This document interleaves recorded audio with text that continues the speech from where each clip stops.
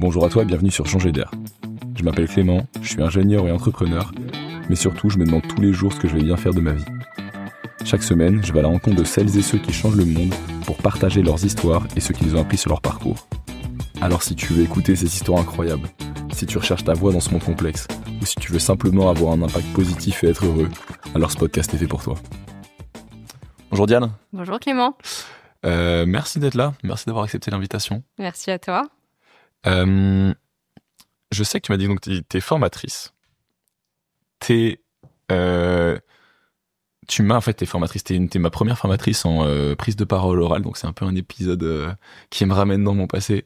Tu fais aussi en ce moment plus de la partie gestion du stress, de la partie énergie, et donc je suis très content de faire un épisode sur ça. Ça fait longtemps qu'on n'a pas fait qu'on n'a pas transmis des clés très concrètes.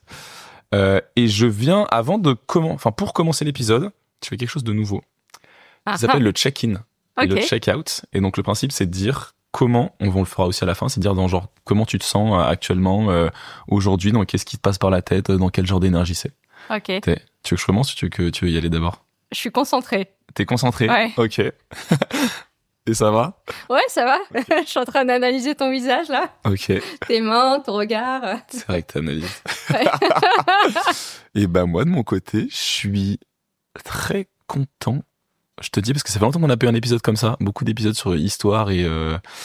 Donc, non, très content de te revoir. Et je suis paisible parce que je viens de passer 2 heures avec Elodie Denis, un bon déjeuner, et donc ça m'a mis dans une bonne énergie. Comment elle était l'enfant Diane? Et qu'est-ce que tu retiens de ton enfance? Alors, une enfance heureuse, très timide à la maison. Ok. Timide? Ouais. Waouh. Je me cachais sous la table. Ok. Dans quel contexte? Dans un contexte familial, je pense que dans ma famille, il y avait d'autres personnes qui avaient une très forte personnalité. Et donc, moi, je suivais mon frère. Frère. Mon grand frère, exactement, Alexandre, qui était pas du tout timide, pas du tout réservé, qui faisait du théâtre devant la famille, qui récitait des vers. Voilà. Un père aussi très charismatique. Donc, enfance heureuse, mais discrète. Par contre, à l'école, j'étais une vraie pipelette. Ok, d'accord. Voilà. Je me rattrapais à l'école et...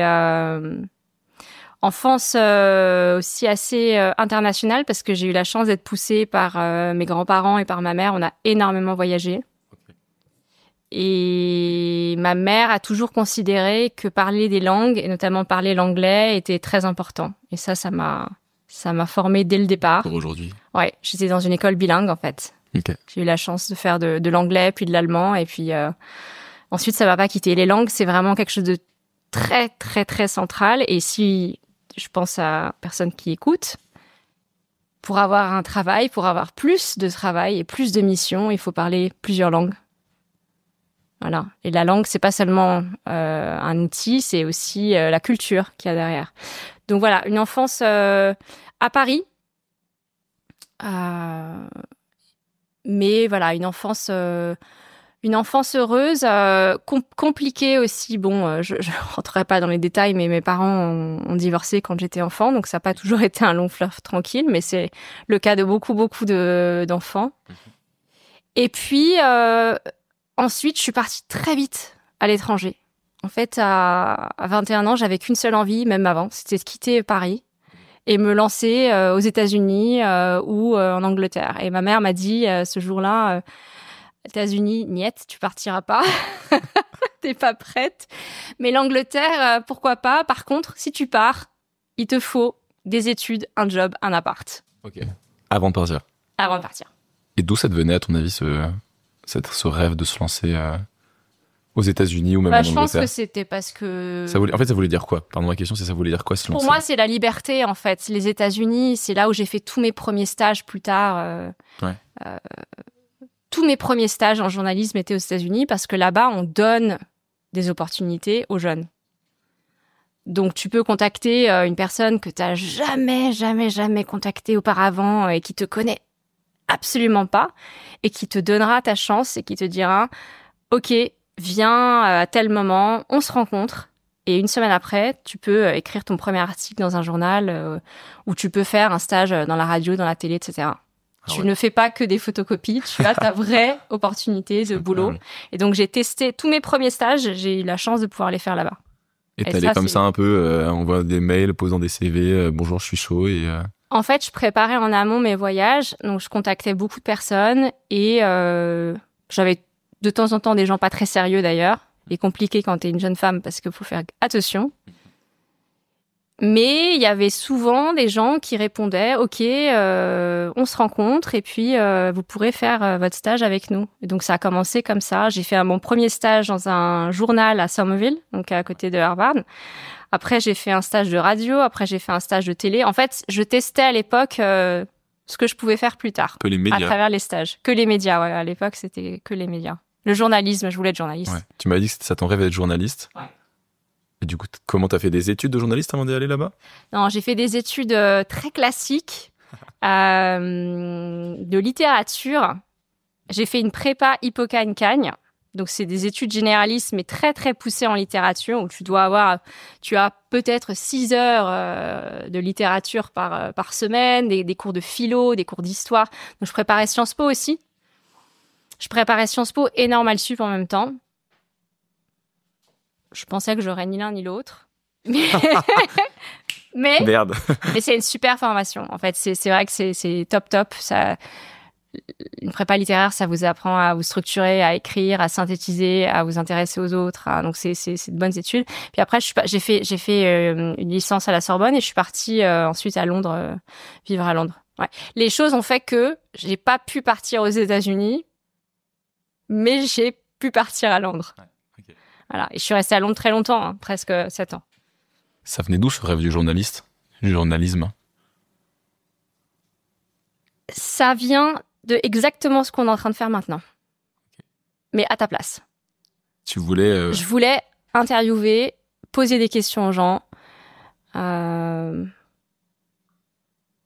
creuser en fait ce que les gens pensent, ce que les gens font. Okay. J'ai toujours eu cette curiosité. Je sais pas d'où ça vient, mais ça c'est la base de mon métier aujourd'hui, de ce que j'ai pu faire avant et de ce que je fais aujourd'hui. Ouais. La curiosité de poser des questions, de m'intéresser à ce que les gens pensent vraiment. Parfois, ils le savent pas, ce qu'ils pensent vraiment. C'est trop intéressant. Donc, t'avais déjà creusé cet aspect psychologie ou t'étais juste été un peu curieuse de ce qui se passait dans la tête des gens J'étais curieuse. Après, tu sais, on est très influencé par l'éducation et le journalisme avait plutôt bonne presse. Mais on m'a dit que ça allait être compliqué, qu'il allait falloir faire des études de journalisme dans une école, que compliqué de rentrer dans les bonnes écoles, etc. Et là, j'ai fait une rencontre à ce moment-là. C'était à quel moment? Parce que les rencontres, c'est décisif, vraiment. J'avais à peu près une vingtaine d'années à peine. Donc j'étais sûre que je voulais être journaliste. Et là, un proche me dit, Diane, il faut absolument que tu t'intéresses à cette agence. Elle fait des relations presse et des relations publiques. C'est génial. C'est très proche du journalisme. Tu devrais t'y intéresser. Et donc, je m'y suis intéressée. Et puis, j'ai fini la boîte, en fait, j'ai fait mon stage chez eux. Okay. Grosse agence de com. Relations publiques. Très bien réputée en France. Et puis, c'était une agence internationale qui s'appelait à l'époque Financial Dynamics, qui maintenant s'appelle FTI Consulting. Donc, j'ai commencé chez eux et j'ai vu qu'effectivement, il y avait des points communs. Mais en fait, la personne qui m'avait conseillé, elle m'avait très mal conseillé parce que moi, je voulais être journaliste. Je voulais pas influencer les journalistes. Parce que le métier de relations publiques et de relations presse, c'est de passer par les mots, pas le porte-monnaie, pour convaincre les gens de penser quelque chose sur une entreprise. En l'occurrence, de penser positivement sur une entreprise. Concrètement, pardon, parce qu'en fait, moi, je l'ai eu une seule fois dans ma vie, un contact avec une relation presse, c'était pour la start-up. Et donc, en effet, c'est juste, tu dis, faites en sorte que plein de gens écrivent des articles sur ma boîte. Ils envoient un grand dossier avec, comme tu dis, où ils manipulent, ils utilisent les mots pour que les journalistes qui lisent ça disent, ah, mais ça me donne envie d'écrire un article, c'est ça? En fait, c'est un métier où tu dois comprendre qui est le journaliste pour lui faire le meilleur pitch possible sur la boîte que tu représentes. Donc, si tu travailles pour une boîte dans l'immobilier, un PDG, l'objectif, c'est que ce PDG se retrouve sur BFM. Comment tu fais pour qu'il se retrouve sur BFM ? Tu dois intéresser le journaliste. Donc, tu utilises en fait les mots, les arguments pour intéresser le journaliste, pour lui donner envie d'y aller et de faire l'interview. C'est ça le métier des RP, en fait. C'est un métier beaucoup plus complexe que ce qu'on croit. Parce qu'on parlait beaucoup en France, attachés de presse, on invite les journalistes à déjeuner, on leur sert un thé, un café, et hop là, boum, c'est bon, ils écrivent. C'est pas comme ça. Okay. Non, c'est plus compliqué. Okay. C'est plus compliqué. Donc, je me suis retrouvée là-dedans. Et en fait, je suis restée là-dedans pendant 6-7 ans. Parce que quand je suis partie en Angleterre, je faisais ça, je faisais des RP. C'est ça que tu faisais à Londres? C'est ça que je faisais à Londres. Pendant tes 6 premières années de carrière, quasiment. C'est ça. Et donc ça, je l'ai fait dans plein d'agences différentes. Ok. Parce qu'en fait, je suis intenable. Tu te barrais à chaque fois, moi aussi. Je me barrais. Alors, première expérience, pour dire la vérité, c'est assez cocasse. Première expérience, je voulais rester dans l'agence. Juste pour reprendre un peu de recul, ta première expérience, ça veut dire que t'es... J'ai 21 ans à l'époque. T'as 21 ans. Et je fais mon master à mi-temps parce que ma mère à l'époque me dit tu ne partiras pas si tu fais pas ton master, ton boulot en même temps, etc. Voilà. Donc j'ai dû trouver... En fait, moi, je voulais faire un master, mais en fait, mi-temps, en Angleterre, ça veut dire que tu travailles à temps plein. Donc, en gros, du lundi au vendredi, de 8h30 à 17h30, t'es au boulot. Ouais. Et puis, le mercredi et jeudi soir, tu pars une demi-heure plus tôt. Et là, tu prends le métro pour aller faire tes études le mercredi et jeudi soir. Et après, tu tapes ton mémoire. Et après, tu fais ton mémoire. Voilà. Ok. Voilà. Donc, première expérience à Londres qui se passe bien. Enfin, qui se passe bien, dans laquelle tu as envie de rester, finalement. Ça se passe bien. Après, j'avais... Relations presse. Oui, relations presse. Je travaillais pour d'énormes boîtes dans l'immobilier. Lens Securities, des malls très connus, pour aussi un MIPIM, qui est un énorme événement immobilier qui a lieu en France. Donc, j'avais plein de clients dans l'immobilier et dans d'autres domaines. Et donc, mon job, c'était de contacter les journalistes pour les convaincre, en fait, de couvrir nos clients. Voilà. Al Gore va parler à tel événement, je sais pas de quoi il va parler, donc parfois il fallait inventer une histoire. Broder un peu, quoi. Il fallait broder, Okay. Voilà. Donc, très contente de faire ça, mais j'étais avec des Anglais, dans un contexte international. Et alors, les Anglais et les Français s'entendent pas très bien, c'est pas un mythe. Et avec mes collègues, c'était pas toujours facile, et puis ils voyaient pas d'un bon œil que je parte en cours le mercredi, jeudi, que je fasse un master. Donc pas une boîte très bienveillante ou à l'écoute ou. Alors, je pense que les agences de communication, c'est pas des environnements très faciles. Okay. Donc première agence, je suis restée environ moins d'1 an. Hein. Je suis pas restée si longtemps. Deuxième agence, pareil, mais à peu près 1 an. Là, c'était une agence qui faisait que de l'immobilier, donc je faisais de l'immobilier commercial. Mais j'ai monté en seniorité parce que c'est une petite agence. Mais j'ai eu la mauvaise idée de demander plus de travail. Ça, personne qui nous écoute, faites très attention de pas toujours demander plus de travail parce que ça pourrait être très compliqué pour vous après. Ça me fait penser à plein d'amis qui ont dit mais je me fais chier, j'ai demandé plus de travail et pas bonne idée. C'est vrai. Ils ont regretté. Ils ont regretté. En tout cas, s'ils n'ont pas regretté, ils se sont rendus compte que s'ils auraient peut-être pu demander un tout petit peu plus plutôt que demander beaucoup plus de travail. Ouais. Alors en Angleterre, quand tu dis je veux plus de travail, tu prends le rôle du boss qui est au-dessus. C'est vrai. Hein. Ah ouais. Parce qu'ils n'ont pas peur de te donner des responsabilités. C'est comme aux États-Unis. Mais par contre, comme aux États-Unis, t'as pas le droit à l'erreur. Hein. Il n'y a pas d'erreur possible. En Angleterre, t'es sur vraiment une chaise éjectable. T'es viré. Donc j'ai subi la crise justement dans cette agence. Ils se sont débarrassés de pas mal de personnes. C'était hyper violent. En 2008 ? Ouais. C'était hyper violent. Donc, c'était dans 2 heures ou d'ici 3 heures, vous allez être appelé dans telle salle. Et préparez vos affaires par la suite. Donc, on ne savait pas si on allait être appelé. Et puis, moi, j'ai pas été appelée. Et j'ai trouvé un job dans une 3e agence. Ok. Encore de RP. Mais là, on monte en gamme. On travaillait que pour des grosses marques et pour les ministères. Donc, c'était des trucs hyper intéressants. pour changer le comportement au sein de la société en Angleterre. Donc, par exemple, montrer que le rôle des pères est très important, ou sensibiliser les jeunes à la consommation responsable d'alcool. Donc, ton client... C'était l'État. C'est l'État qui te dit, moi, j'ai envie de faire passer ce message. C'est pas la boîte qui te dit, j'ai envie de te dire que la boîte est géniale. C'est l'État qui te dit, je veux que tu fasses passer le message. Attention, arrêtez de boire de la bière tous les jours. C'est ça. Toi, littéralement, j'ai fait ça. Ok. Ok. Et attends, et juste avant de continuer sur ça, pourquoi tu changeais à chaque fois? C'était quoi le... Qu'est-ce qui se passait? Peut-être que je vais le découvrir aujourd'hui. Non, alors... C'est difficile de répondre à cette question. Je dirais... Ou alors, pourquoi tu changeais sans changer de métier? Alors, j'aimais mon métier. J'aime ce métier. Des relations presse et des relations publiques. Parce que je trouve que c'est un très beau métier. Mais c'est un métier extrêmement anxiogène. Parce que tu vis la pression du journaliste qui veut pas te couvrir, donc qui répond pas, ou qui répond très méchamment. Tu vis la pression du client qui te dit « Moi, je veux être dans le Financial Times. Moi, je veux être là-dedans. Moi, je veux être là-dedans. » Et en fait, au bout d'un moment, t'as couvert tous les médias, donc quel est le step d'après? C'est compliqué.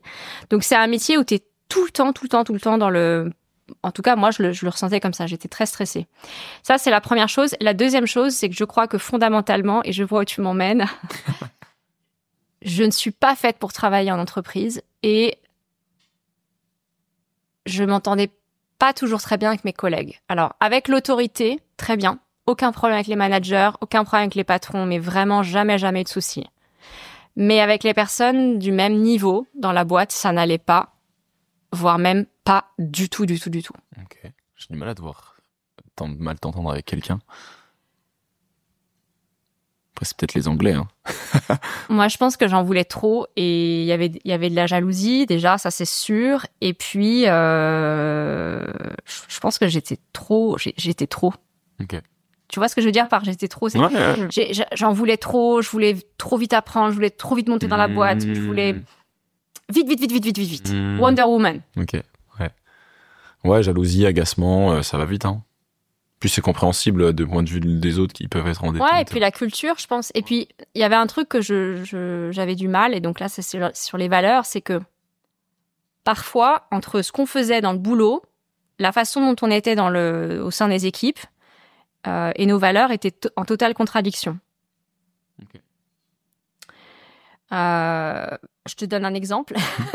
C'est bien, ouais. Imaginons un peu ça. Il m'est arrivé. Donc, je travaillais pour l'État, mais je travaillais aussi pour des grands groupes. Donc, à l'époque, j'ai travaillé pour Diageo, qui est une énorme société, en fait, entreprise, qui regroupe plein d'alcools, dont la Smirnoff, la Guinness et des centaines d'autres marques. Et moi, je buvais pas. Ça m'intéressait pas du tout, l'alcool. Et l'objectif pour ce client, c'était de lancer des campagnes pour responsabiliser les jeunes. Pour voir ma tête. C'est pas vrai. Ouais. Et pour, en gros, diminuer le binge drinking en Angleterre, pour limiter la casse. C'était un vrai objectif?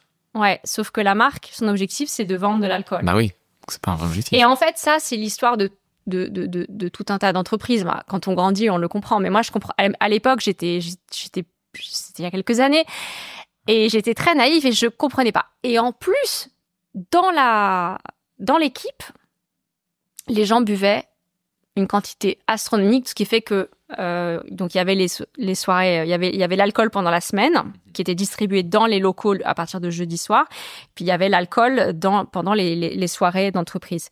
Et donc mes collègues avaient tellement bu que en fait elle s'était cassé le nez et elle se retrouvait à l'hôpital et le lendemain avec un pansement. Voilà. Donc d'un côté, tu vois, t'as un client qui vend vachement d'alcool, le but c'est de vendre, mais en même temps ta mission avec ce client qui te paye très très cher pour dire aux jeunes de moins boire, c'est moins boire, et en même temps dans ton équipe ça boit tellement que ça se casse le nez. Donc en fait moi je devenais complètement schizo, et ça a été un truc, j'ai eu beaucoup de mal, j'ai énormément de mal à gérer ça quand j'étais plus jeune. Je ne comprenais pas la dichotomie en fait de ce qu'on était en train de faire, la dissonance en fait. Ouais, c'est ça, absurde, c'est ça, complet.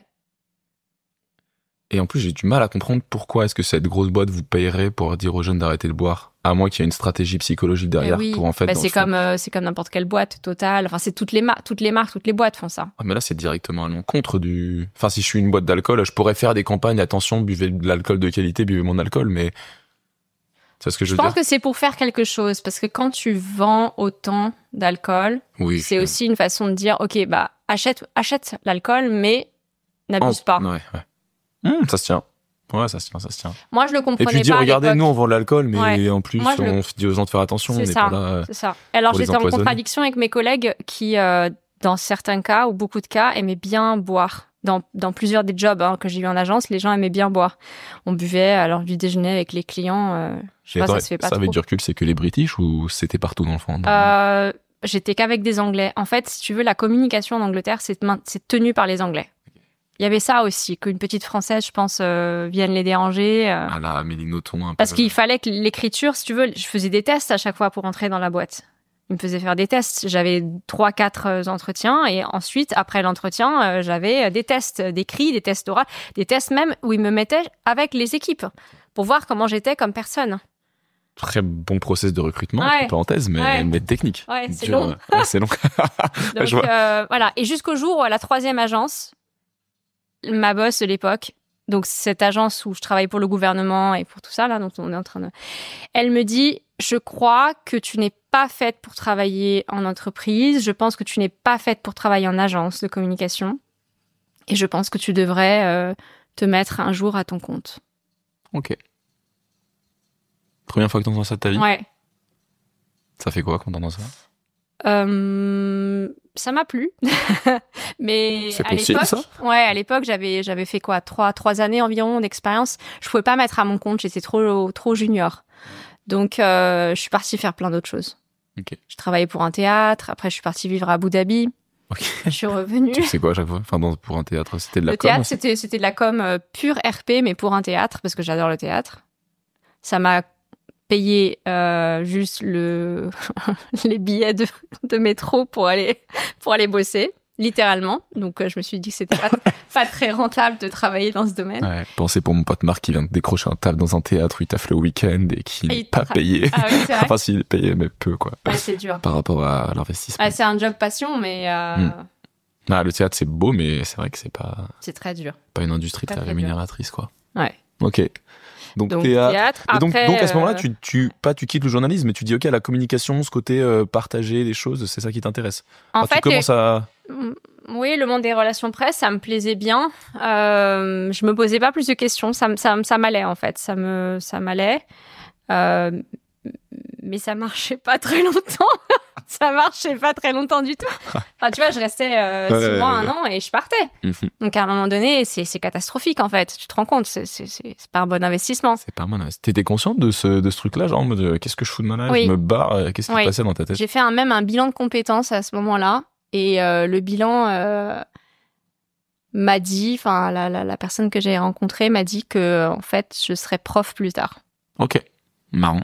Donc, tu vois, il y avait des petites pistes. Tu seras prof, tu peux pas travailler dans une entreprise, tu dois être à ton compte. Et tout ça a germé. Mais après, j'ai essayé l'autre voie. Parce qu'en communication, tu as 2 possibilités. Soit tu pars en agence, soit tu vas en interne. Donc, une agence travaille pour plein de clients. En interne, tu travailles pour un seul client. Donc, voilà, une grosse boîte. Donc, j'ai fait ça. Je suis partie travailler pour les indices du Dow Jones. Et là, je faisais des RP. Qu'est-ce que ça veut dire, ça? Les indices du Dow Jones, S&P Dow Jones Indices. Ok, c'est les indices genre des sociétés...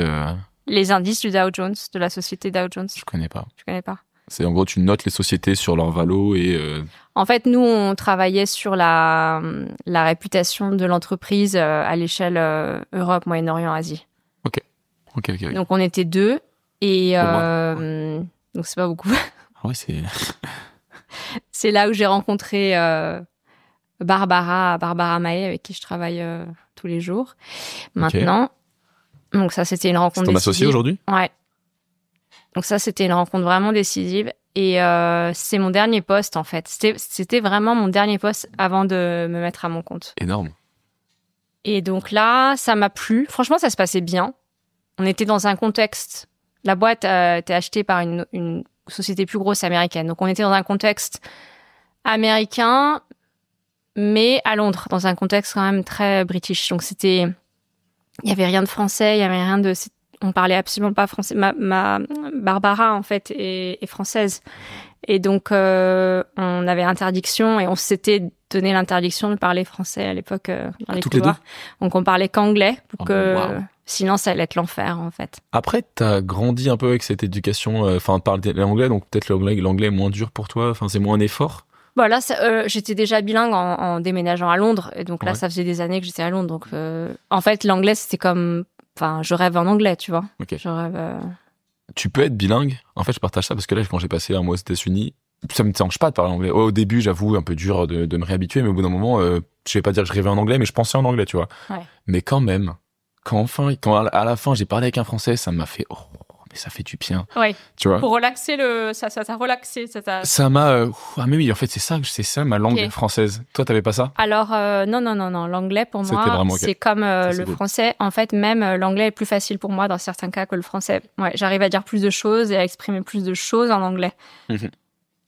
C'est devenu vraiment, c'était déjà une langue que je pratiquais, mais et puis dans mon cadre personnel aussi, je parlais beaucoup en anglais. Ouais. Donc à la maison, je parlais beaucoup en anglais, et au travail, je parlais qu'en anglais. Donc oui, donc c'était vraiment c'est plus un sujet. La langue est plus un sujet, tu vois. Ouais.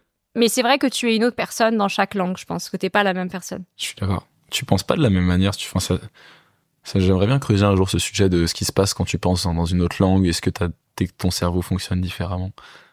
Avant d'avancer sur ça, donc là, tu me dis c'est ton dernier emploi avant de passer indépendante. Ouais, la dernière chance. C'est quoi ton recul un peu sur le salariat? Autant pour toi peut-être que... À ce moment-là? Non, maintenant, aujourd'hui. Ah, maintenant? Ouais. Ah là, il faut que je fasse hyper gaffe à ce que je vais dire. On a le droit de couper. Hein. Non, on coupe pas. En fait, je pense que c'est pas pour tout le monde d'être indépendant. C'est plutôt ça. Ouais. Je pense que c'est pour la majorité d'entre nous d'être salariés, et pour une plus petite partie de la population d'être indépendant. Okay. Qu'est-ce que t'avais pas du tout, non? Ou qu'est-ce que t'avais en étant salarié et qu'aujourd'hui t'as pas en étant indépendant? Qui te manque ou qui te manque pas d'ailleurs? Alors, c'est sûr que tu rediscutes pas ta paye tous les mois. Alors, quand t'es indépendant, si tu signes des contrats sur des missions plus courtes, c'est un sujet permanent. Donc le salariat, enfin c'est cliché, hein, mais c'est vrai que ça t'apporte une stabilité financière et donc une stabilité surtout, parce que t'es bien en fait. Ouais, t'as pas de questions à te poser. Hein. Mais moi je me pose trop de questions, puis j'ai trop envie de changer des choses, et en fait j'ai envie de faire trop de choses, je pense, pour être salarié, et il faudrait que ce soit un contexte très particulier. Mais quand tu es indépendant, à plusieurs reprises, tu as des occasions potentielles de retourner en salariat. C'est le cas d'ailleurs de mes collègues indépendants. Okay. Et nous, on espère qu'ils restent indépendants. Parce que sinon, on les perd. Et ça arrive. Ouais. Ça arrive souvent. Ouais, je comprends. En même temps, c'est tentant. Hein. C'est tentant. Souvent, alors souvent, paye bien, c'est pour ça que quand je rencontre des indépendants dans le réseau, je leur dis, si on t'offre un poste... Alors, je fais gaffe à ce que je dis en termes de montant, mais si on t'offre un poste à 200 000 euros pour faire ça, est-ce que tu le prends ou pas? Et je vois tout de suite, c'est des visios, donc je vois tout de suite les réactions des gens. Et en fait, moi, ce que je recherche, c'est plutôt quelqu'un qui dit non, mais je veux rester indépendant pour telle et telle raison. Ouais, je comprends. Donc, pour rien au monde, en tout cas, voilà, en ce qui me concerne, je retournerai. Mais c'est pas pour tout le monde. L'entrepreneuriat, c'est pas pour tout le monde. Enfin, il faut vraiment faire attention parce que... Ça peut faire rêver d'un point de vue extérieur. De se dire, oh, c'est génial. Ça fait complètement rêver, je pense. Et en fait, la réalité, c'est que c'est dur. Ouais. Pourquoi tu gardes alors toi aujourd'hui? Pourquoi tu dis pour rien au monde changerait? Alors que tu pourras avoir... Alors moi, parce que j'ai une stabilité, justement... Alors, la stabilité financière, on est sur une table en bois. Je touche le bois au moment où je parle. Garde cette stabilité. Et il faut la garder. Et cette stabilité, elle se travaille, elle se chérit. Elle se construit aussi. Alors, elle se construit, mais elle se conserve tous les jours. Il faut faire hyper attention à ça. Parce que du jour au lendemain, tu peux perdre 1, 2, 3 clients stratégiques. Tu te retrouves vraiment dans l'embarras. Ouais. Donc, moi, j'y retournerai pas dans le salariat parce que la stabilité financière, je la chéris, je la travaille, je la chouchoute, voilà. Surtout à des moments de l'année, dans les dernières semaines, les derniers mois de l'année où c'est très décisif pour 2025, pour l'année prochaine. Mais j'ai une liberté. C'est inouï. Je choisis. Alors, ça fait un peu présomptueux de dire ça, mais je choisis vraiment mes clients. Je choisis les consultants avec qui je travaille. Je choisis les personnes avec qui je m'associe. Je choisis les sujets. En fait, je choisis vraiment tout. Tu sais que c'est incroyable, parce que quand on pose la question... quand je raconte un peu l'histoire d'entrepreneuriat, un des trucs que je dis qui est exceptionnel, c'est de choisir en effet les gens avec qui tu travailles. Et c'est le premier truc que tu dis. Parce qu'en effet, si quelqu'un tu n'aimes pas, a priori, tu peux ne pas travailler avec lui. C'est ça. De temps en temps, tu fais quand même, t'es un peu obligé. Alors, au début de ta carrière, parce que j'étais indépendante très jeune quand même. Hein. Ouais. Au début de ta carrière, faut tout prendre. Ouais. Okay. Tu prends tout ce qu'on te demande, tu y vas. tu bosses. Non, vraiment. Hein. Dans la nouvelle génération, on se pose plus la question, j'y vais pas. Mais en vrai, au début, faut y aller. Faut vraiment avoir de l'expérience. Et puis après, au bout d'un certain nombre d'années, tu peaufines et là, tu sais avec qui tu veux travailler. Et finalement, quels sont les critères aussi de go, no go? Par exemple, un prospect qui te respecte pas, en amont, pendant la négo, potentiellement, il faut fuir. Tu prends tes baskets et tu t'en vas, mais très, très vite. Mais bon, comme tu dis, au début, t'as pas forcément beaucoup de missions. Sincèrement, au début, tu prends, tu bosses, tu serres les dents et tu bosses. C'est tout. Ok. Tu bosses et puis après, tu te poses des questions. Et au fur et à mesure des années, là, tu commences à plus te poser des questions. Ok. Mais la vérité, c'est que nos trajectoires de vie sont quand même très, très influencées par les gens qu'on rencontre. Tu vois, moi, si j'avais pas rencontré cette personne qui était dans mon entourage proche, j'aurais pas fait d'RP, je pense que je serais partie sur peut-être du journalisme. Mais le CELSA n'a pas voulu de moi. C'est quoi, le CELSA, c'est l'école numéro 1 de communication en France. Okay. Ouais, CELSA Sorbonne. Les salauds. Ils savent pas ce qu'ils ont Mais après, bouffé, j'ai fait un cours chez eux en tant que prof, donc je me suis vengée. Ouais, mais ils ont pas voulu de moi, c'était terrible. Ça a été un échec. Tu peux pas savoir le jour où j'attendais les résultats du CELSA, parce que tu sais, t'as certains examens, t'as dû avoir ça aussi. Ouais, les résultats qui tombent et qui sont pas ceux que c'est ça. C'est horrible. Et tu sais, j'étais dans la rue, je marchais, je me disais, si le feu rouge il passe au vert à ce moment-là, c'est que c'est bon. Si ça passe pas, c'est que c'est mort. Ma vie est foutue. Sauf qu'en fait, après, t'as la mauvaise nouvelle, mais il faut aller de l'avant. Et au final, j'ai pas eu le CELSA, je suis partie à Londres, j'ai fait mon master là-bas. Donc c'est pas très grave en fait. C'est pas très grave. C'est une succession. Mais sur le moment, c'est le monde. Sur le moment, ta vie est finie. Et je pense que t'as jamais des trucs aussi durs que quand t'es jeune et que t'attends des résultats d'un examen, ou limite quand tu viens de demander à quelqu'un de sortir avec toi, tu vois. En fait, à partir de 25 ans, tu rates quelque chose, c'est pas grave, mais c'est pas aussi chamboulant que j'ai pas été pris, genre. En fait, ce qui est bizarre, je suis complètement d'accord. Et en fait, le problème, c'est que on nous met une telle pression. C'est pas mauvais de mettre une pression, c'est ok. Mais en vrai, ce qu'on nous dit pas assez, c'est ta trajectoire, elle peut bouger. Et ta trajectoire de base, c'était peut-être faire des études de ça, partir dans telle école, faire tel métier. Mais en vrai, tu vas rencontrer des gens, tu vas avoir des échecs, tu vas avoir des réussites.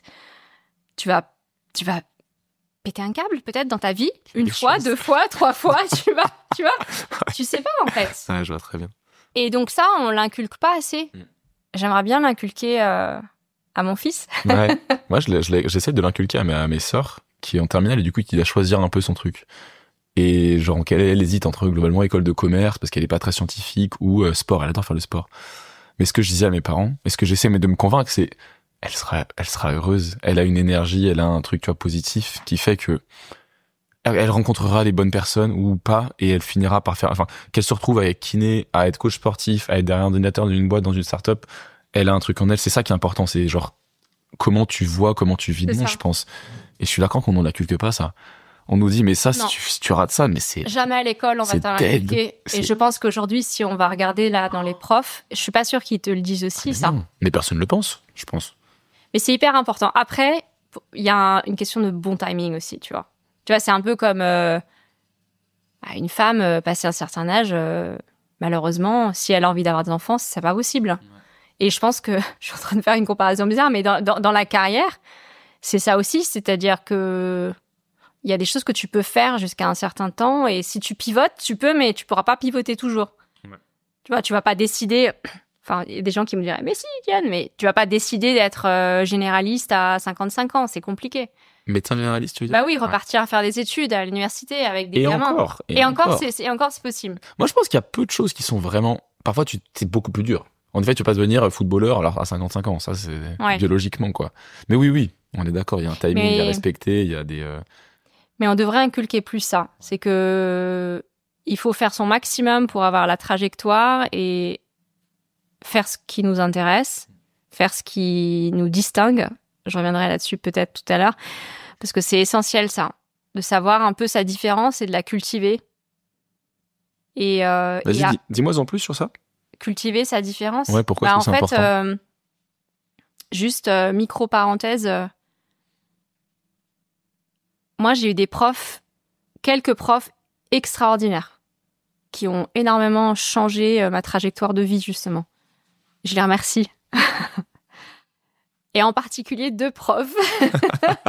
Un prof d'économie qui s'appelle Bruno Verdet, que j'ai eu pendant 3 ans, et puis une prof de littérature, Elisabeth Reichenbach, que j'ai eu pendant 2 ans. Et Elisabeth Reichenbach, elle m'a dit justement à l'époque, je me chamaillais avec des élèves. Donc, je pense que c'est un peu comme je me chamaillais en entreprise en Angleterre avec mes collègues. C'est un peu le même genre, tu vois, Et elle me disait, mais lâche pas. Et surtout, elle m'avait laissé un petit mot. Ça me reste jusqu'à maintenant. C'était il y a très, très longtemps. Elle me dit, cultive ta différence, ta sensibilité. Et j'avais pas très bien compris. Ta finesse et ta sensibilité, elle avait dit. Et en fait, moi, j'ai beaucoup vu ma sensibilité comme un problème, en fait. Comme un frein. À tout, à ma carrière, à tout, aux relations humaines, à tout. Et en fait, c'est pas le cas. Mais donc ça, c'est important de cultiver sa différence. Ça veut dire que, en fait, qui que vous soyez, vous devez. Il y a pas de leçon, mais c'est intéressant quand même de savoir qui on est et de connaître ses différences, parce que ça va vraiment vous servir dans la vie, en fait. Et souvent, c'est votre différence qui fait votre force. Et en business, quand tu comprends ta différence, tu peux potentiellement proposer un service complètement différent, une approche complètement différente. Parce qu'il ne faut pas proposer ce que le petit copain à côté propose. Donc, si tu connais ta différence, tu vas aller vers quelque chose de plus unique, en fait. Je suis tellement aligné, mais je l'ai compris très récemment, moi, ce que tu viens de dire. Ouais, c'est très long à... Mais c'est fort pour la raison que tu viens de dire, genre de se distinguer, de proposer des services, mais c'est aussi fort pour la partie comparaison, je trouve. Comme ça, à la place de regarder quelqu'un d'autre et dire putain, lui il fait ça bien, moi je fais pas ça bien, va dire mais en fait là où t'es le meilleur, c'est être toi-même, quoi. Et toi, c'est quoi Moi, c'est quoi ma différence? Ouais. C'est le moment où tu me poses la question. Bah j'avais envie là. Ouais. Parce qu'elle est dure cette question, en vrai. C'est une vraie question.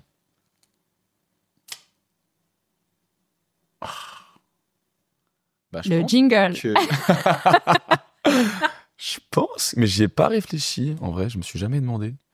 Si, aujourd'hui, ce que je fais actuellement, ma différence, c'est que j'ai confiance en que si j'ai un projet qui émerge dans ma tête, et ça va rien, je le prends pas en tant que valeur de Clément, tu vois, que si je le fais et que je me lance, j'ai confiance en moi pour le faire. Enfin, j'ai confiance en moi pour y aller jusqu'au bout, et j'ai confiance en la vie. J'ai beaucoup confiance en la vie, genre.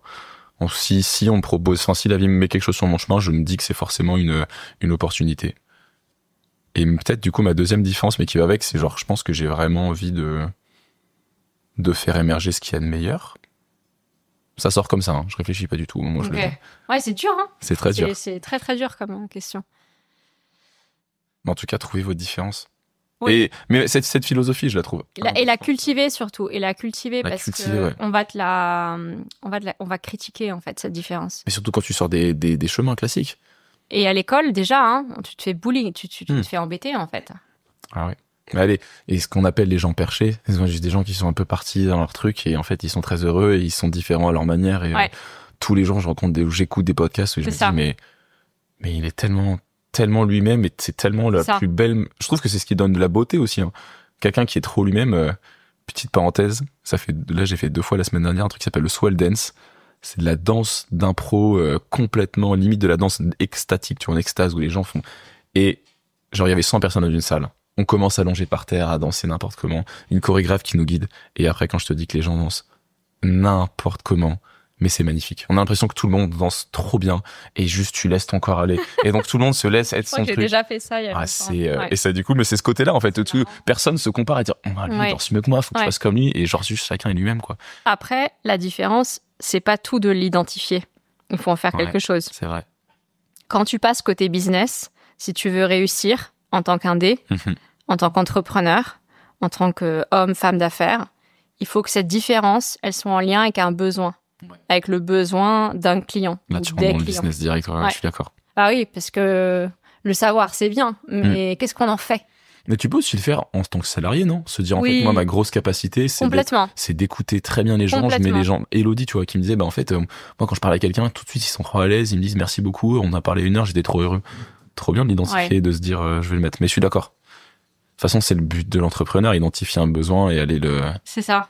Et si t'arrives à trouver le besoin auquel tu réponds par ta... C'est ça. C'est l'alignement. C'est la jouissance totale. Ok. Trop stylé. Et du coup, pardon, tu voulais ajouter quelque chose ou pas ? Non, c'est bon. On a beaucoup digressé. Mais tu quittes, donc je sais plus si ça fait 6 ans que tu travailles ou quelque chose comme ça. Ouais, à peu près. Et là, tu te dis... Comment tu pars en indépendante ? Donc il y a cette personne qui dit que tu devrais partir en indépendant ? Je reviens en France à ce moment-là. Ouais. Plutôt pour des raisons personnelles. Et je cherche un travail. Mais à ce moment-là, j'ai une discussion avec mon frère et il me dit « Mais pourquoi tu te lances pas maintenant ?» Et je me suis lancée. Je me suis lancée, j'ai cherché des contacts, j'ai cherché mes premières missions et... Première mission, deuxième mission, troisième mission. Tu proposes quoi à ce moment-là au bout de 6 ans de RP ? Des RP à l'international, des RP en Europe, mais je pouvais faire de l'écriture, je pouvais faire des réseaux sociaux, je pouvais annoncer des levées de fonds, je pouvais faire plein de choses, mais c'était quand même des RP, des relations presse. Donc être au contact de journalistes pour mettre en avant des entreprises, des personnes, des PDG, etc. Dans tous les domaines. Je pouvais faire ça dans l'art, j'ai fait ça dans l'art aussi. Et donc, de fil en aiguille, ça grossit, je commence à avoir des clients à l'année, donc on appelle, en anglais, on appelle ça les retainers, donc je dis toujours le mot retainer, ça veut dire que c'est un client à l'année. Okay. Et là, en fait, j'ai trop de travail, donc comment je fais, tu vois ? Donc, comment je fais pour direct, passer... Non, ça a mis du temps, pas les 6 premiers mois, mais au bout de peut-être 1 an ou 2 ans. C'était pas trop dur le début de se lancer d'un coup en freelance ? Franchement, c'est très dur parce qu'à l'époque, personne n'est indépendant autour de moi. Personne l'est en France. Et j'ai pas de contact. Et surtout, je n'ai jamais travaillé en français de ma vie. Je n'ai jamais écrit un communiqué de presse en français. Je n'ai jamais fait un pitch. Je n'ai jamais convaincu un journaliste en français. Tout a toujours été en anglais. Toujours en anglais. Donc ça, c'était très dur. Culturellement, c'était difficile. J'avais envie de me barrer, en fait. D'ailleurs, c'est ce que j'ai fait. Je suis partie. En fait, ce que j'ai fait à ce moment-là, c'est que je me suis dit, qu'est-ce que je peux apporter sur le marché français, sur le marché européen, et où est-ce que je vais chercher les clients. Donc, j'ai été les chercher un peu en France, mais j'ai été également les chercher à l'étranger. Et mon premier business trip, c'était à Munich. Je suis partie à Munich. J'ai préparé, comme pour mes stages de journalisme à l'époque, j'ai fait j'ai fait un tableau Excel très simple. J'ai contacté plein de prospects et d'agences pour proposer mes services de RP ou d'écriture ou de communication à Munich. Et ça a super bien marché. En fait, j'ai eu plein de rendez-vous. Et en Allemagne, quand tu as des rendez-vous, c'est bon, c'est que tu as ton contrat. Sauf si tu rates ton rendez-vous. Mais... T'envoyais des courriers par la poste ou par mail ? Email. LinkedIn. LinkedIn, ok. Ouais. Petite pub pour LinkedIn. Merci LinkedIn. Merci LinkedIn. T'envoyais en mode salut Diane, je suis dispo. Ouais, alors c'était des messages très très très très précis avec les bons. Enfin, j'essayais d'avoir les bons mots pour toucher la personne. C'est quoi si tu te donnes un conseil à quelqu'un là, genre moi par exemple j'ai envoyé des messages à des sponsors. C'est quoi la clé de... La clé, c'est de s'intéresser aux autres et analyser votre cible. sur absolument tout. C'est-à-dire ce qu'elle fait, qui elle est, quelle personnalité elle a, quel post elle a mis sur LinkedIn, sur ce qu'elle a mis des vidéos sur TikTok. Enfin, en fait, tu dois connaître tout de ta cible pour pouvoir la convaincre. Ouais. Mais même pour le premier mail. Pour le premier mail, particulièrement. Récemment, j'ai contacté plusieurs personnes bien connues aux États-Unis, en Europe, sur Instagram. C'est vraiment les mots. Quels mots spécifiques tu vas mettre pour cette personne. Il ne faut pas que le message soit le même pour une autre cible. Bien sûr. Mais du coup, moins de volume. LinkedIn, t'as 4 lignes, donc c'est rien. Donc tu dois être très, très... En fait, il faut faire un mix entre ce que tu souhaites, qui est la personne, et l'interaction et qui tu es aussi. Donc c'est un peu compliqué. Mais donc, il faut inclure de toi et de l'autre. Toujours. Et peut-être j'ai identifié un besoin ou pourrais-je vous aider sur ça, j'ai l'impression que... Ouais, mais très attention à ne pas avoir un discours trop commercial. Ok. Donc, pourrais-je vous aider, tout ça, c'est pas terrible. Ok. Moi, je parlais souvent, donc c'est une autocritique de synergie. J'évoquais des synergies entre les activités. Parfois, ça prenait, parfois, ça prenait pas. Ouais. Et du coup, comment tu dis? Moi, je dis, bonjour, vous êtes une super boîte qui a l'air de faire ça. Moi, je fais ça. Non, tu peux pas dire travailler ensemble. Super boîte. Non, en fait, c'est plus... ah oui, tu veux le secret sauce, c'est ça? Non, pas le secret sauce. Non, je vais te le donner. Je vais me faire griller par tous les prospects après.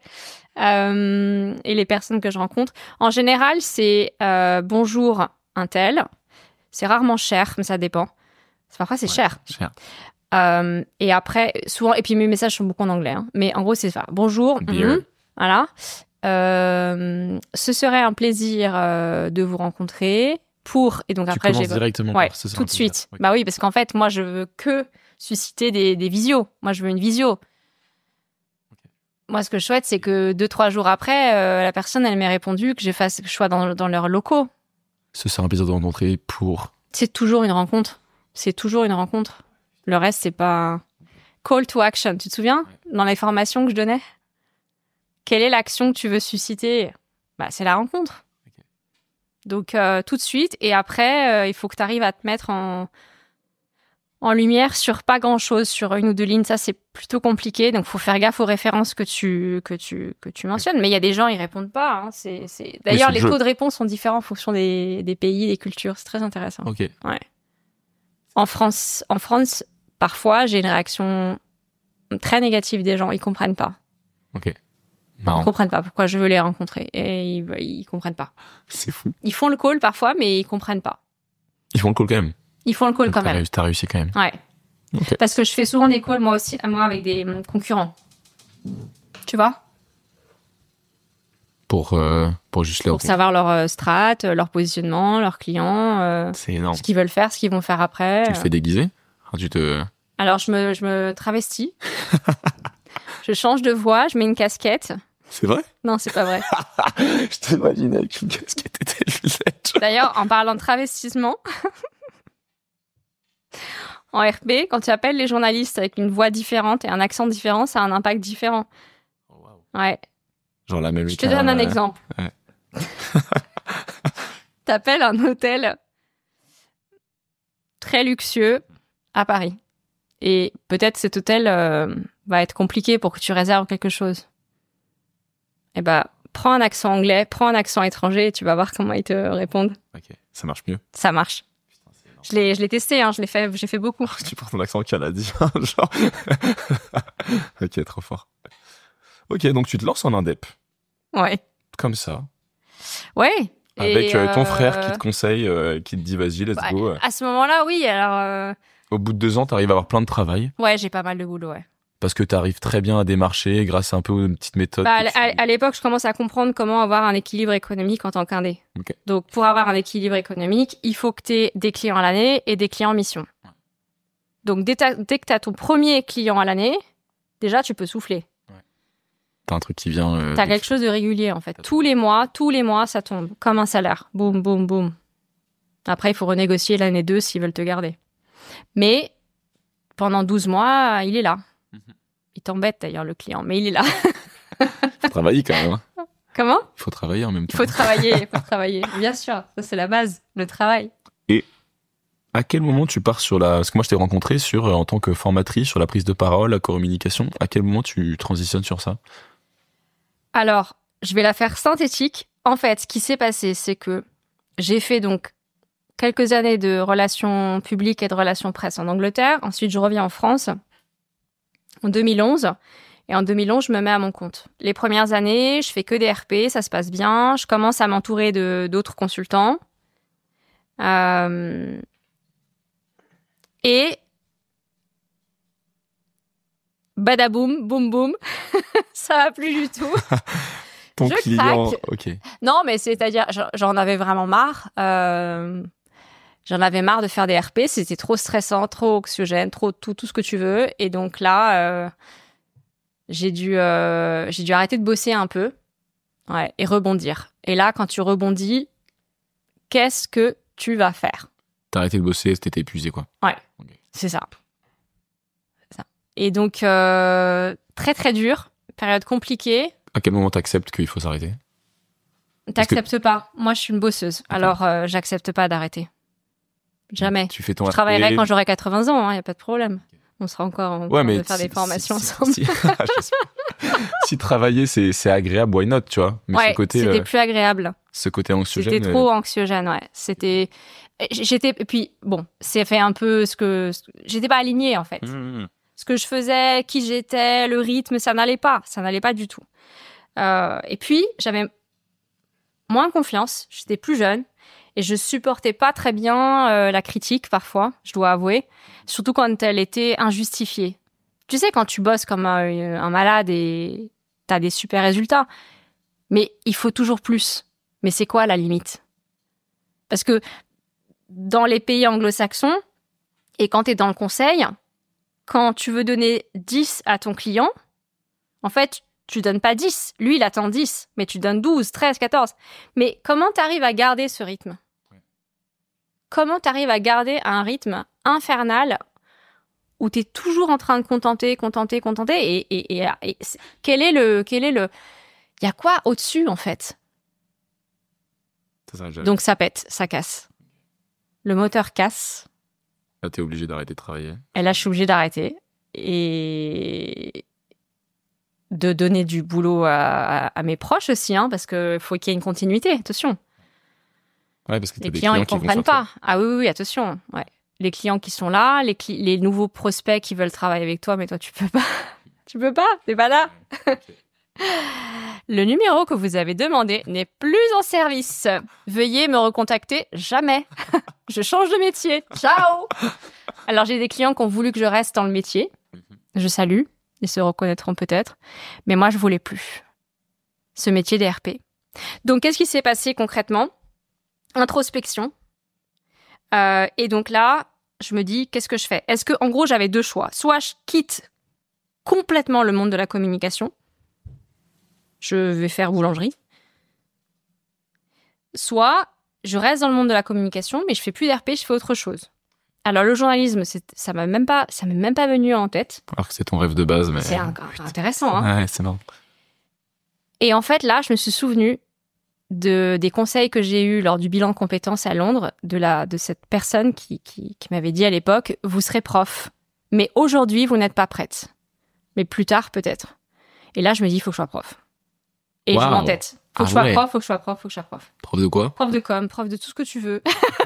Prise de parole. Je vais être devant des élèves. À l'époque, mes sujets, c'était les relations presse. Juste, attends, concrètement, comment t'arrives à remonter un peu la pente, à se partir de dire, ok, je craque complètement, les RP, c'est pas moi, et tu te dis, je fais une introspection, mais concrètement, c'est quoi? Tu vas voir des psys, tu vas voir tes proches. C'était très, très dur. Comment tu passes ce truc de je quitte tout? En fait, tu quittes pas. Tu quittes pas. Le destin te force à descendre du navire à ce moment-là. Parce qu'en fait, si tu continues, c'est Titanic. Hein. Ouais. Tu t'es déjà enlisé, hein, quand même. Je me suis déjà enlisée à ce moment-là. Donc, tu quittes le navire et tu te retrouves sur un espèce de truc bizarre qui vogue sur l'eau. Tu l'as ralenti un peu quand même. Ah bah là, tu ralentis pas, t'es en arrêt, donc En ce moment, on parle beaucoup des échecs des gens, comment on transforme l'échec en réussite, tout ça. C'est vrai que une vie sans échec, c'est pas une vie, quoi. Donc, c'était à ce moment-là pour moi. Okay. Et ce qu'il faut, je pense, c'est bien rebondir et pas refaire des échecs. Parce qu'en fait, le souci, c'est l'entêtement. Mm-hmm. Tu vois, j'allais d'agence en agence parce que j'étais entêtée. Et en fait, à un moment donné... Comme tu dis, t'es une battante. T'avais la dalle à ce moment-là, t'étais comme ça, tu voulais... Tout le temps comme ça. Ouais. Acharné. Et donc, là, tu te retrouves sur un radeau. Franchement, l'océan, il est impressionnant, hein. Et c'est très compliqué. Ça serait un autre podcast d'expliquer comment tu passes de l'un à l'autre, mais... Globalement, introspection. Ouais, en fait, au final, ça se résume à combien t'as de temps pour te mettre à travailler, à trouver quelque chose, et qu'est-ce que tu vas faire, hein, c'est ça. Hein. En fait, étape 1, tu te remets, tu te requinques. Donc voilà, tu prends soin de toi. La santé, c'est là où j'ai découvert que la santé était quand même la numéro 1. Et puis après, une fois que tu es en bonne santé ou en meilleure santé, tu te remets à travailler. Donc, je me suis dit, je veux enseigner. Et donc, j'ai contacté pas mal d'écoles. Et là, pendant plusieurs années, j'ai enseigné toutes les semaines. J'enseignais en école. Ouais, nice. Donc, j'ai donné un cours à l'ISCOM, c'est une école de communication, au CELSA, Sub de Pub. J'ai fait plein d'écoles, j'étais hyper contente, mais vraiment, vraiment bien alignée, plus alignée qu'avant. Ouais. Voilà, et après, alors, il y avait des choses où j'étais pas toujours d'accord dans certaines écoles, où donc je me suis dit, soit je fais partie du système que je change, et je change un peu l'enseignement. Donc là, on parle de master, hein, des masters, master 1, master 2, plutôt des élèves internationaux à Paris. Et l'idée, c'est de rendre ce que mes profs m'ont donné, tu vois. Enfin, en fait, quand on fait des rencontres comme ça, encore une fois, ça change la vie, quoi. Ça change votre trajectoire. Et donc, cette trajectoire-là, finalement, la boucle, c'est d'être prof à mon tour et de rendre toute cette passion, toute cette écoute. Ça paraît naïf de dire ça, mais non. Je veux pouvoir être là et je veux pouvoir aider en fait ces élèves à trouver leur voie ou à changer de voie et avoir la meilleure trajectoire possible. Il y en a avec qui je reste en contact d'ailleurs. Il y en a une là qui m'a recontactée plusieurs années après. Ok. Et ça, c'était très important. C'était recevoir et donner, mais aider les jeunes, en fait. Par la communication, parce que c'est le métier que je connaissais. Ok. Donc tu dis, je vais leur apprendre à communiquer, hein, parce que c'est ce que je sais faire. De toute façon, je ne vais pas vendre dans le cours qui est autre chose que ça. Mon premier cours, c'était comment transformer un prospect en client. Donc c'était un cours commercial dans une école de com que j'ai fait pendant 4 ans. Ok, énorme. Tous les lundis. Tu t'es improvisé, enfin tu t'es improvisé, tu t'es transformé en prof. Ouais, alors il y en a qui m'ont dit, tu vas jamais, je les nommerai pas, tu seras jamais prof, tu seras lecturer, tu seras juste une personne qui donne des cours. Et c'est quoi, je m'en foutais. Enfin, en fait, moi, quand on me dit fais pas ça, comme tout le monde, mais ça me fait le faire encore plus vite.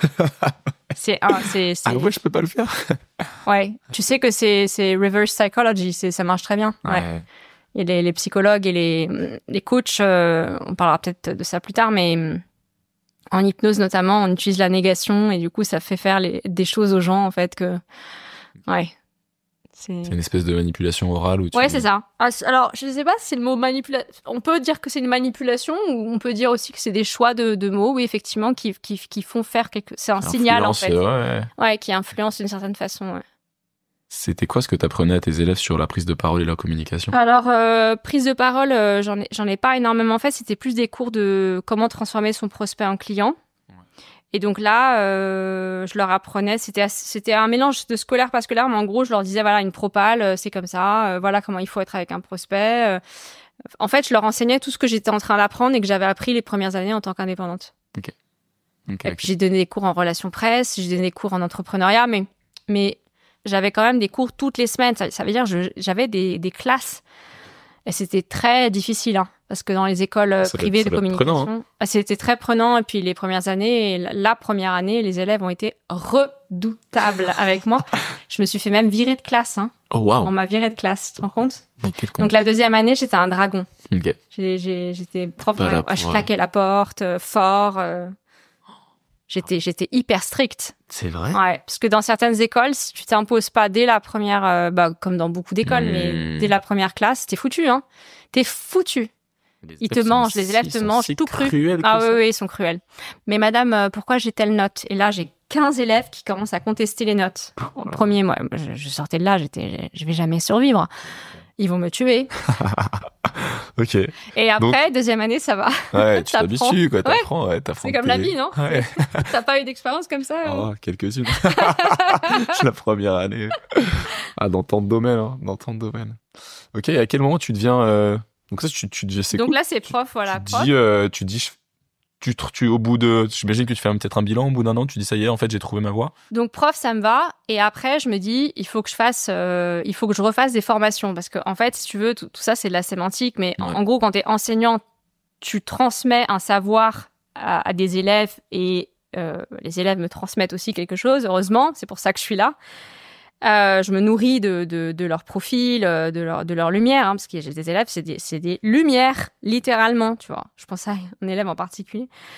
Et donc, je veux continuer là-dedans, mais je veux monter en puissance. C'est-à-dire, je veux le faire, mais pour des entreprises. Et donc, je me souviens qu'à l'époque, quand je faisais des RP, je faisais du media training. Le media training, c'est d'entraîner les PDG à parler aux médias. Et ça, j'en faisais, parce que ça fait partie du métier d'RP. Okay. Et là, je me suis dit, je veux faire ça, mais je veux faire plus. Donc, je contacte beaucoup de boîtes, dont des sociétés de formation. Et en fait, je fais deux choses. C'est que je travaille avec des partenaires et en même temps, je lance en fait des concepts de formation que je donne. Sauf que pour arriver à réussir, faut pas juste trouver tes clients, il faut que tes clients te payent, sinon tu survis pas. Donc à ce moment-là, je monte un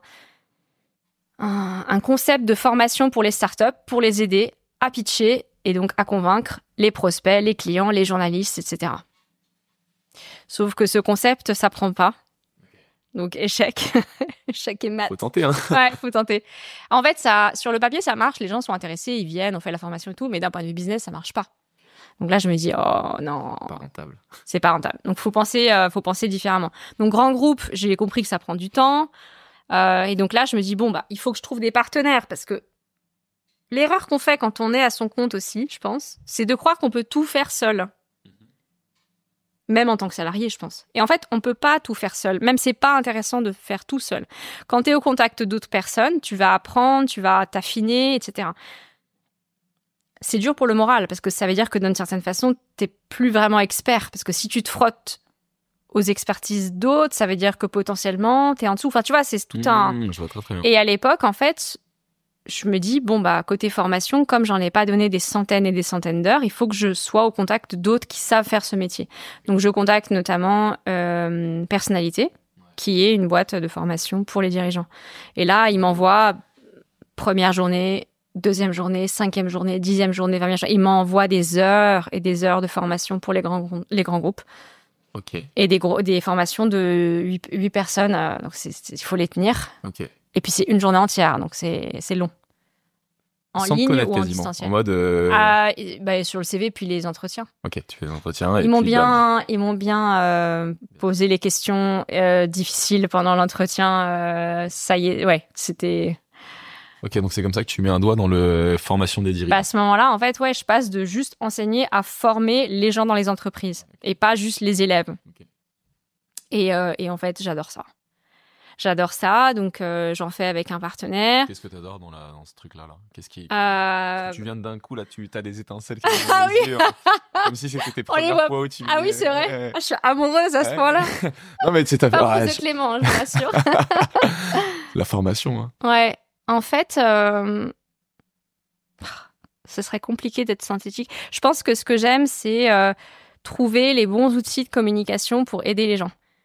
Aider les gens à percer, à réussir professionnellement et personnellement. Okay. Donc une partie quasiment recherche et adaptation à la personne que tu as en fait, c'est à partir de qui tu es, je te donne je vais travailler ta communication pour que, déjà dans beaucoup de cas, pour que tu t'enrichisses. Ouais. Et puis également pour que tu sois plus heureux, parce qu'en fait, tu deviens un meilleur communicant. Donc tu communiques mieux au travail, à la maison, et t'es plus aligné. En fait, j'aide les gens aussi à être alignés finalement. Sauf qu'à l'époque, j'étais pas aussi alignée qu'aujourd'hui. C'était encore plus compliqué. Mais donc, à ce moment-là, j'essaye de trouver plein de clients. Alors, des grands comptes, des startups, des incubateurs, etc. Et puis, ça finit par se faire, en fait. Tu sais, souvent, c'est un client qui emmène un autre. Et c'est vraiment ça. Il y a des clients décisifs. Ouais. Et là, je pense que certains incubateurs ont été décisifs pour les autres. Et c'est d'ailleurs ça que j'utilise dans la petite phrase LinkedIn. Ouais. Okay. Donc, ouais. Je sais pas si j'ai répondu correctement à ta question. Si, t'as répondu de ouf. C'est quoi les clés que tu... J'imagine que ça t'adapte, mais c'est comment on communique bien? Là, les auditeurs qui se disent, on a tous je vais pas dire des défauts, mais on a tous envie de progresser sur la communication, qui est une clé de la vie, quoi. C'est quoi les... On communique bien en s'intéressant à l'autre. Ok. Ah, donc on communique, on écoute. Ouais, pour communiquer, il faut se taire, en fait.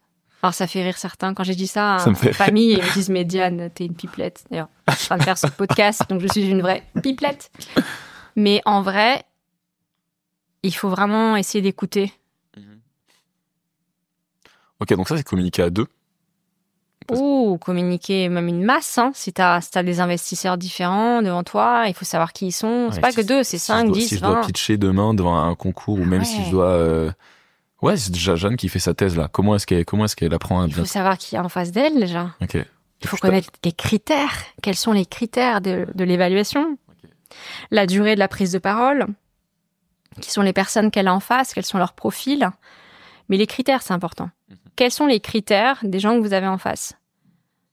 Parce que si vous connaissez les critères, vous allez réussir. Le gros problème qu'on a quand on communique, et qu'ont les entrepreneurs, les startups et tout, c'est qu'ils font la même prise de parole, quelle que soit la cible. Tu vois, un entrepreneur, il va pitcher pareil, jour 1, jour 2, jour... Mais en fait, c'est pas comme ça. En fait, il faut que tu changes ton accroche, il faut que tu changes ta conclusion. Bah, comme tu dis, comme avec tes clients, tu regardes son LinkedIn, tu regardes ses posts et tu vois ce qui l'intéresse. Et parfois, le mieux, c'est de rien dire. Ouais. Tu vois, en fait, la meilleure communication, est-ce que ce serait pas une question? Je suis tout à fait d'accord. En fait, imagine, t'invites quelqu'un, imagine tu rencontres quelqu'un de très important et la personne, elle a déjà la courtoisie et la curiosité de te rencontrer. Parce que la personne, elle est vraiment... Elle est occupée. Qu'est-ce que tu vas faire? Tu vas lui parler non-stop de ce que tu fais? Non, tu vas te taire. Ouais. Tu vas t'asseoir, t'écoutes, tu poses des questions. Puis en fonction, tu parles. Donc ton travail, ton travail. Si t'es bon, tu lui poses la bonne question laquelle il a envie de te répondre. Désarçonner. Ah waouh, c'est pas mal. Faut désarçonner, ouais. Ah, t'as raison. Si t'arrives, tu dis bonjour, je m'appelle Clément, s'il vous plaît, je suis en podcast, venez, c'est génial. Pas même réaction. En fait, il faut avoir ton elevator pitch. Ouais, tu vois, ton pitch, pour ceux qui connaissent pas l'elevator pitch, c'est une prise de parole très courte qui dure environ 1 minute sur qui vous êtes, tout ce que vous faites. Donc ça, il faut que ce soit préparé. Mais après, il faut savoir what's the catch? C'est quoi le catch en face? La personne, elle est intéressée par quoi? Ouais. Qu'est-ce qu'elle veut? Ouais, c'est okay. ça. Trop stylé. Est-ce qu'en fait, la communication, elle va être complètement impactée par la personne qui est en face, par son histoire, par ses valeurs, par les gens qu'elle aura rencontrés. Donc, le jour même, tu me parles d'Élodie parce qu'elle t'a impacté ce jour-là. Mm-hmm. Tu vois? Ouais, c'est vrai. Donc, il faut essayer d'être très à l'écoute. Alors, c'est fatigant, hein, parce que du coup, t'as tes oreilles qui sifflent rouges. Ouais, mais c'est aussi, peut-être que la clé aussi dans ça, c'est d'être vraiment intéressé. Parce que quand t'écoutes quelqu'un, mais que tu t'en fous, c'est vraiment un effort pour l'écouter. Alors que si t'écoutes quelqu'un et que t'as vraiment envie de savoir ce qu'il a à te raconter, là, c'est génial. Complètement. Et ça me rappelle, dans le cadre... Alors là, je suis en train de t'emmener vers le monde des startups, mais les startups qui rencontrent des investisseurs, souvent, la pire chose à faire, c'est d'arriver, de s'asseoir, bonjour, enchanté, merci. Et puis, sortir son deck. Alors, je vais vous faire ma presse en 10 minutes, Et puis, dans 10 minutes, et en fait, si ça se trouve, cet investisseur, Il est pas là pour ça. ça fait déjà le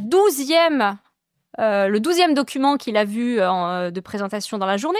Il en Se peut plus, démarquer, il craque. Ouais. Donc, en fait, c'est non, tu commences par lui poser des questions et puis t'as ton pitch, ton elevator pitch, donc ta petite phrase qui explique qui tu es, ce que tu fais, etc. Pourquoi t'es unique? Pourquoi tu te Ouais, distingues? et puis après, c'est une conversation. Ouais. C'est marrant, c'est ce que je dis à mes élèves de Centrale, là, en mode... bon, je m'en fous que t'aies fait un bac, une prépa, que tu sois un élève ingénieur. Dis-moi un truc marrant, genre le truc qui va faire que ce soir, je me souviens, bah ouais, que t'es capitaine du rugby ou que hier, t'étais en soirée. Enfin, dis-moi un truc qui va me faire... C'est ça. Comme tu dis, ouais, c'est vrai. Et si avant un rendez-vous, tu sais qu'est-ce qui peut faire vibrer l'entretien, alors t'as des chances que ça se passe mieux. Et t'as des chances pour que la personne se souvienne de toi parce que c'est Maya Angelou qui disait, à chaque fois cette citation, je sais que je te l'ai déjà sortie à Polytechnique. Je connais le nom, mais je la note dans les références. Ouais, Maya Angelou, en fait, c'est les gens oublieront ce que vous avez dit, mais ils oublieront jamais la façon dont ils se sont sentis à vos côtés. Ouais. En fait, tout ce que tu vas dire, ça va passer la trappe. Mais la façon dont l'entretien se passe, l'énergie et la façon dont tu te comportes avec l'autre, elle est fondamentale en fait. Plus importante que les chiffres, plus importante que les données. C'est quoi? C'est toi qui nous avais dit ça, que le 90% est non verbal ou quelque chose comme ça? Un peu moins. Un peu moins. Alors maintenant, les chiffres, ils se battent tous là. Ouais. Tu sais, ça dépend de ta perspective. Mais grosso modo, oui, t'as la partie verbale de la communication et t'as la partie non verbale à maîtriser, qui comporte la posture, le regard, la gestuelle, les silences, les sourires, etc., etc. Ouais. Tout ça se travaille parce que ce sont des... Maîtriser en fait le verbal et surtout maîtriser le non-verbal, ça vous donne confiance en vous et ça donne confiance, ça donne l'impression aux gens que vous avez plus confiance que la réalité.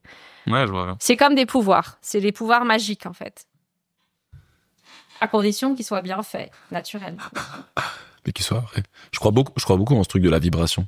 Genre, est-ce que si t'as réellement... Enfin, si tu peux vraiment sentir quelque chose à quelqu'un, si tu le regardes vraiment avec pour de vrai, t'es là pour l'aider, ou si t'es un peu là pour le douiller, je pense qu'en face, on le sent, c'est différent, oui. Quoi. Et si toi, tu te sens réellement bien, les personnes vont se sentir bien à côté de toi beaucoup plus facilement que si tu te bats intérieurement à être là. J'avais une question parce que donc là, c'est facile. T'es à côté de quelqu'un de très... c'est pas facile dans l'écoute, hein, mais comment tu dépasses le stress potentiel que t'as avant une prise de parole? Parce que c'est pas facile. La mienne ou celle des autres? N'importe qui. Demain, j'ai une prise de parole. J'ai mon truc d'écoute, j'ai préparé, je me suis entraîné, je connais un peu le langage corporel, donc je connais ça. Il y a quand même le truc du j'arrive sur scène, 50 personnes, ou j'arrive sur scène, 2 personnes, ou j'arrive au rendez-vous, un mec. Il y a plein... Ça bat fort dans mon cœur. J'ai de la sueur. Comment je passe ça? En fait, il y a plein de techniques. Mais déjà, en amont, il faut que tu travailles ta légitimité. Ok. Ça veut dire, tu sais ce que tu vas dire. Tu sais à qui tu vas le dire. Tu connais les critères.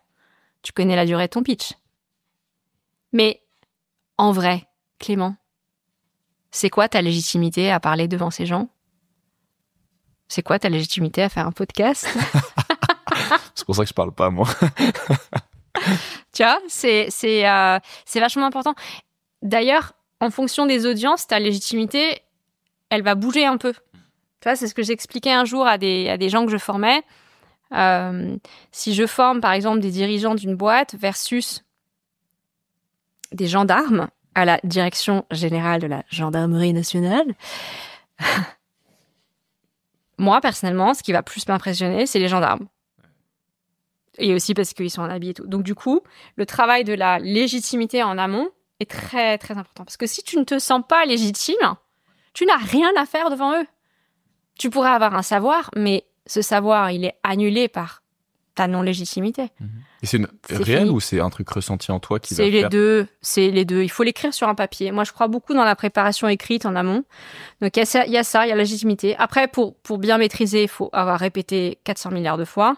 Donc, vous prenez un téléphone, un ordinateur, vous filmez. Le fait de se filmer, c'est la meilleure façon de progresser en communication.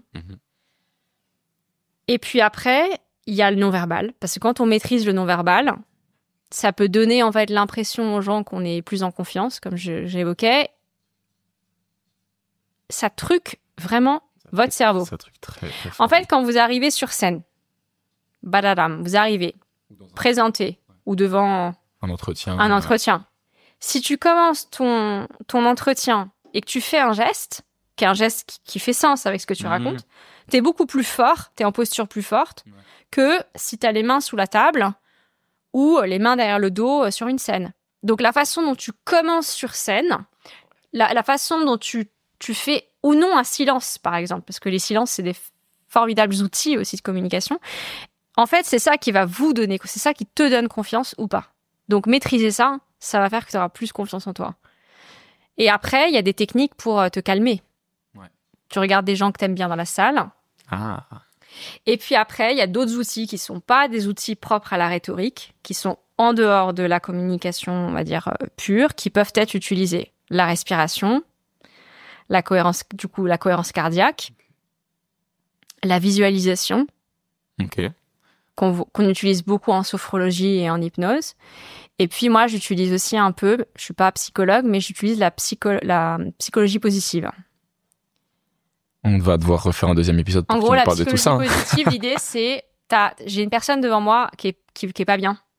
Tu vois, imagine, toi, t'as une prise de parole la semaine prochaine et en fait, t'as telle et telle idée. En fait, je t'interroge, je te fais parler et puis tu me dis, ah, mais je sens ça. Et ben, en fait, l'idée, c'est d'arriver à changer ces émotions négatives en émotions positives. En amont, ça demande de la préparation. Hein. Tu peux pas faire ça le jour de l'événement. Et donc, du coup, tu viens vraiment changer ta perception, tes émotions. Et donc, du coup, t'es beaucoup plus positif. Donc, au lieu d'être inquiet par rapport à ça, bah, t'es inquiet, mais t'es en confiance par rapport à... Donc, du coup, tu vois, tu remplaces les choses négatives en positives. Donc, t'arrives armé, en fait. Nouveau pouvoir. Concrètement, ça veut dire que dans 2 semaines, j'ai une présentation. Dès que j'y pense, ça me fait stresser. On travaille sur ça. Et maintenant, quand j'y pense... Ouais, mais idéalement, il faut faire plus que 2 semaines avant. Moi, j'accompagne des dirigeants quelques mois avant leurs interventions. Et en fait, ce qu'ils apprécient, je pense, c'est les outils que j'utilise adaptés à leurs besoins. Ça, c'est difficile, parce que vous trouvez les bons outils et tout, c'est pas toujours évident. Et puis, l'écoute aussi, l'écoute qu'il y a pendant la conversation. Et puis, parfois, ça va vraiment très loin. C'est-à-dire que pour la visualisation, je pose certaines questions à la personne qui va avoir une prise de parole très importante et je la... Comment dire ? C'est comme si je l'embrouillais. En fait, tu vois, le problème, c'est que les gens, ils ont peur par rapport à... Mettons, tu as un examen la semaine prochaine. Ouais. Tu as peur par rapport à cet examen. Mais donc, du coup, tu fais que penser à cet examen. Ouais.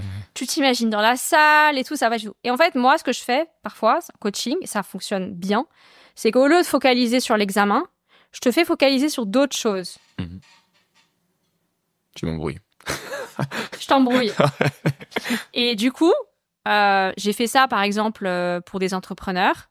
Au lieu de les faire penser dur comme ferme au moment le plus important de leur vie, qui est ce pitch, je les fais penser à la raison profonde pour laquelle ils sont là aujourd'hui ou l'action qu'ils souhaitent mener aujourd'hui. Et parfois, c'est très simple. Et du coup, je leur dis, vous focalisez que là-dessus. Et t'oublies. Mais la vie, c'est comme ça. C'est une question de perspective. Donc, en fait, au lieu de faire perspective stressante, tu vas sur une perspective qui est différente. Du coup, les gens, ils pensent pas... Ils sont concentrés sur le reste, en fait. Et même si c'est pas évident, en prendre conscience, c'est déjà une première étape.